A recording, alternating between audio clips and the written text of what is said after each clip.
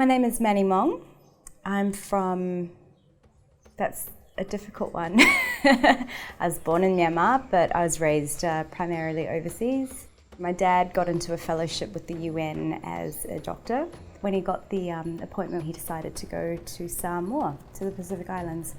So we left when I was 2.5, and I've pretty much stayed overseas until last year. My family always wanted to come back, my parents always wanted to come back. For me as an adult, making that decision, I work in media, so I've always wanted to, but I thought that was an impossible dream, and now I can.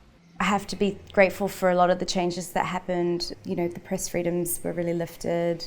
And when I spoke to my friends who are like me, who Burmese, who've been raised overseas, everyone thought the idea was fantastic. And more often than not, when I speak to my friends, they want to come back. They want to experience the country that they were born in and have the freedom to go back and forth. The mediascape in Myanmar is the most exciting thing I've ever been a part of. It's like the Wild West. You know, the rules are made up as you go and the stakes it's all out on the table.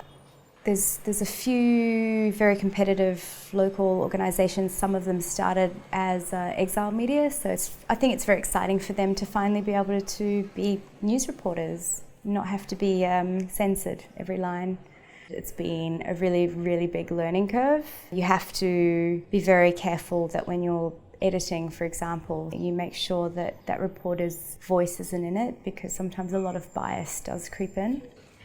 And it's really interesting to find out what Myanmar people think is interesting as news and what, you know, the Western areas might think is interesting as news. What I think should be in there is very often considered erroneous information removed in the Myanmar version.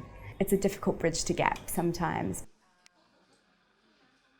I'm a Pacifica girl.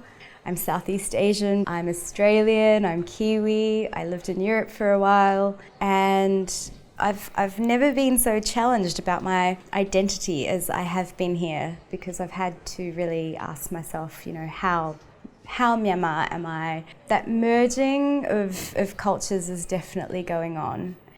People who have been raised overseas, they feel like they're from there, but they feel like they're from here as well. We don't need to justify that to ourselves, but it's more trying to get people to understand where we're from so that they have a point of reference, and that can be quite difficult.